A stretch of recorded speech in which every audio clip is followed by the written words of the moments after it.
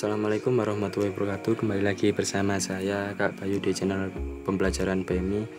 Oke, kali ini saya akan menginformasikan gambaran-gambaran penilaian kesesuaian ya oleh guru senior, pengawas dan kepala sekolah nantinya pada tanggal 27-28. Namun sebelum saya bahas aspek apa aja atau wawancara apa aja yang dilaksanakan besok tanggal 27-28, saya ada informasi sedikit gambaran sesuai dengan petunjuk ya.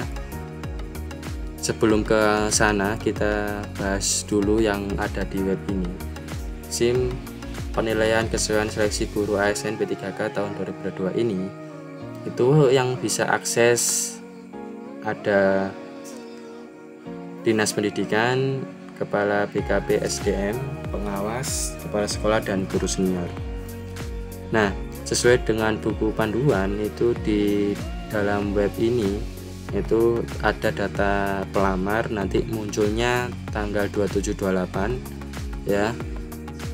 Terus nanti ada mungkin soal atau soal ya untuk penilaian guru P3K. Soalnya saya baca di buku panduan SIM penilaian kesesuaian seleksi guru ASN ini, itu di poin C ini saya baca tadi itu penilaian kesesuaian oleh guru senior terdiri dari dua aspek penilaian, yaitu penilaian kompetensi dan penilaian kinerja.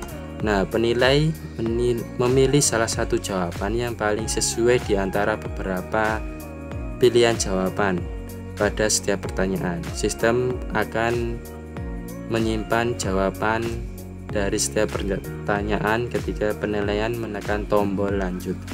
Ketika tekan tombol ini nanti soalnya ada lagi entah beberapa soal.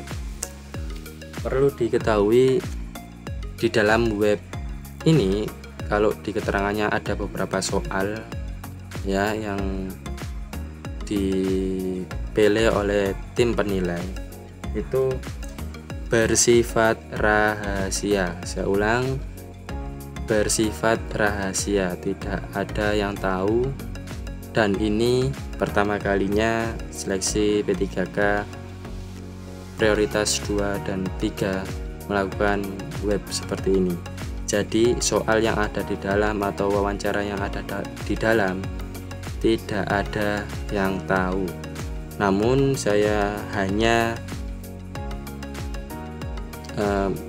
memikirkan gambar-gambaran yang apa yang diwawancarai besok ya. Itu sesuai dengan buku panduan itu di sini. Di ketentuan penilaian kesesuaian itu di sini ada 2 poin, yaitu kompetensi dan kinerja sesuai yang saya sebutkan tadi di SIM penilaian. Nah, kompetensi itu ada profesional, pedagogik, sosial, dan kepribadian, yaitu bobotnya 40%. Kemudian di kinerja itu 60%. Nah, ini hanya sebuah gambaran, semoga sama ya, semoga sama dan semoga membantu. Karena ini sebuah gambaran, di sini ada aspek pengembangan diri. Mungkin Bapak Ibu guru nanti dikasih pertanyaan mengenai pernahkah mengikuti pengembangan diri, pernahkah mengikuti pelatihan, pernahkah mengikuti webinar ya. Itu untuk pengembangan diri. Mungkin disertai dengan sertifikat apa aja yang dimiliki. Seperti itu. Mungkin kalau dari gambarannya seperti itu kalau pengembangan diri. Kalau keaktifan berkomunikasi, nah bagaimana Bapak Ibu guru yang kita uji itu bagaimana cara berkomunikasinya dengan warga sekolah, apakah baik, apakah tidak. Nah, itu keaktifan berkomunikasi dengan baik. Bisa saja dan mungkin saja nanti Bapak Ibu tim penilai menanyakan ke warga sekolah yang lain bahwasanya Bapak ini kalau berkomunikasi bagaimana, Ibu ini jika berkomunikasi bagaimana. Mungkin keaktifan berkomunikasi seperti itu. Nah, untuk yang kerjasama ini mungkin Bapak Ibu guru yang dinilai ini itu di sekolah bagaimana kerjasama dengan baik atau ketika mengadakan kegiatan besar, terus kerjasamanya bagaimana, gotong royongnya bagaimana, mungkin ada pertanyaan seperti itu. Nah, perekat kebangsaan, mungkin ada dikasih problem mengenai tentang kehidupan berbangsa dan bernegara, bagaimana cara mempersatukan, tidak mendiskriminasikan satu dengan yang lain, mungkin seperti itu ya. Karena perekat kebangsaan itu aspek yang ada di bobot penilaian kesesuaian. Nah, untuk kebiasaan refleksi, nah apakah nanti ketika Bapak Ibu guru selesai mengajar selalu dikasih refleksi? Nah, pasti mungkin ada jawaban atau soal atau pertanyaan, atau ketika diwawancarai seperti itu. Nah, berpusat pada peserta didik. Nah, Bapak Ibu guru kalau mengajar itu biasanya fokusnya kemana?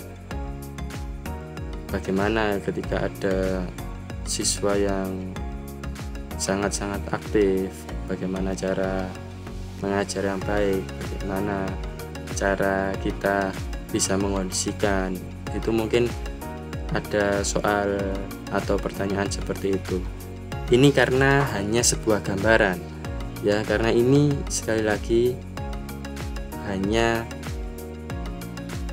pertama kali menggunakan seleksi wawancara seperti ini. Belum ada yang tahu sebelumnya ya, jadi mungkin ini gambaran seperti ini, kesiapan agar bisa memiliki gambaran untuk menjawab nanti ya. Terus kenyamanan dan keamanan belajar. Nah, ketika di kelas itu kelasnya ruangannya aman atau tidak, ketika outdoor learning atau belajar di luar kelas itu jauh dari kendaraan besar atau dekat dengan proyek. Kalau belajarnya nyaman dan aman, pasti peserta didik itu akan senang. Terus bagaimana kita belajar di dalam kelas itu kalau tempatnya tidak nyaman, kita harus ngapain? Mungkin seperti itu ya. Itu kenyamanan dan keamanan dalam belajar. Nah, di selanjutnya ini efektivitas pembelajaran asesmen yang berorientasi pada peserta didik. Nah, kita belajar memahami atau menerangkan peserta didik bertujuan mutu pendidikan peserta didik, mutu pembelajaran peserta didik, yaitu asesmennya nanti seperti efektivitas pembelajaran dan asesmen yang prioritas pada peserta didik. Nah, kemudian ini nomor 2 yaitu kinerja. Itu bobotnya 60% ya. Itu orientasi pelayanan. Yaitu Bapak Ibu guru yang dinilai ini bagaimana cara penyampaian kepada siswa, kepada wali murid, dan kepada warga sekolah, pelayanannya seperti apa, bagus atau tidak, itu juga ditanyakan. Mungkin Bapak Ibu guru yang guru senior pasti sudah tahu Bapak Ibu guru yang dinilai ini kebiasaannya di kantor seperti apa. Tapi kalau mungkin pengawas itu pasti bertanya-tanya kepada warga sekolah yang lain atau kepada yang bersangkutan sendiri, atau mencari sumber jawaban dari teman-teman yang lain atau warga sekolah. Ya, komitmen dalam bekerja itu nanti mungkin kalau ada keterangan atau wawancara atau tes atau soal mengenai kalau keterima jadi P3K, kalau tidak apa yang harus dilakukan, mungkin seperti itu ya. Ini karena sebuah gambaran inisiatif kerja, terus kerjasama, mungkin pertanyaan-pertanyaan wawancara seputar itu ya. Karena apa? Karena di panduan ini itu penilaian kesesuaian guru senior terdiri dari 2 aspek, yaitu tadi yang sudah saya jelaskan. Penilai memilih salah satu jawaban yang paling sesuai di antara beberapa jawaban.